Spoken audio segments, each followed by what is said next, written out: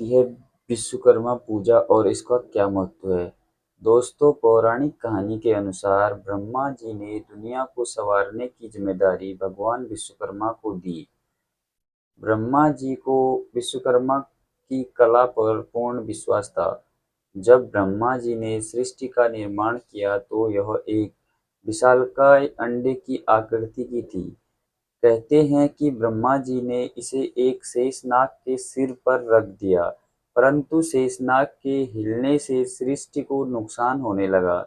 जब इस नुकसान को देखकर ब्रह्मा जी बहुत परेशान हो गए तो उसके बाद उन्होंने इसके निवारण के बारे में विश्वकर्मा जी को पूछा। तो विश्वकर्मा जी ने जल पर मेरु पर्वत को रखकर सृष्टि को स्थिर कर दिया। भगवान ब्रह्मा ने विश्वकर्मा की निर्माण क्षमता देखकर और शिल्प कला से ब्रह्मा जी बहुत ही प्रभावित हुए। इसलिए विश्वकर्मा को दुनिया का सबसे पहला इंजीनियर और शिल्पकार माना जाता है।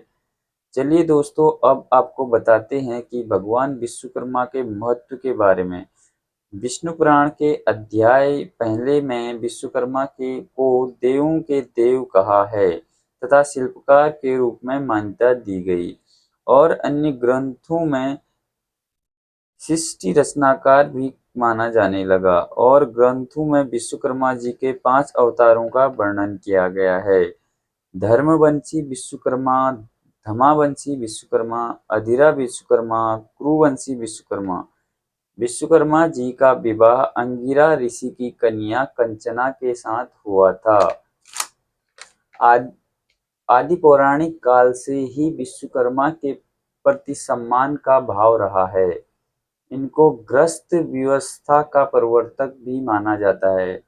वह शिल्प कला में इतने निपुण थे कि जल में चलने के लिए जलखड़ायु तैयार कर सकते थे। कुछ कथाओं के अनुसार यह माना जाता है कि विश्वकर्मा को ब्रह्मा के पुत्र धर्म और धर्म के पुत्र वास्तवी की पत्नी अंगिरसी की संतान विश्वकर्मा थे।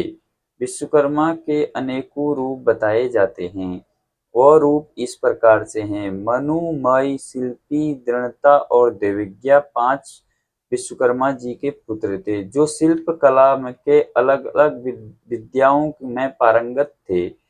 मनु को लोहे के निर्माण के लिए, मय को लकड़ी के निर्माण के लिए, देवव्रता को ईंट के निर्माण के लिए, शिल्पी को तांबे के निर्माण के लिए और देवज्ञा को सोना चांदी के से जोड़ा जाता है। विश्वकर्मा के चमत्कार इस प्रकार से हैं। शनि युग में विश्वकर्मा जी ने स्वर्ग का निर्माण किया था। त्रेता युग में विश्वकर्मा जी ने लंका का निर्माण किया और द्वापर युग में द्वारिका का निर्माण किया। कलयुग में हस्तिनापुर और इंद्रप्रस्थ का निर्माण विश्वकर्मा जी ने किया था। दोस्तों, ये जानकारी विश्वकर्मा जी के जीवन के बारे में थी, और इस पूजा में सभी प्रकार के हथियारों की पूजा की जाती है। यह हिंदू रीति रिवाज के अनुसार यह त्योहार सितंबर के महीने में मनाया जाता है, जो कि इस साल 16 सितंबर को मनाया जाएगा। विश्वकर्मा पूजा में सभी प्रकार के हथियारों की पूजा की जाती है, और यह पूजा ज्यादातर फैक्ट्रियों में, औद्योगिक क्षेत्र में मैकेनिक, वेल्डर और यही सब लोग इस पूजा को करते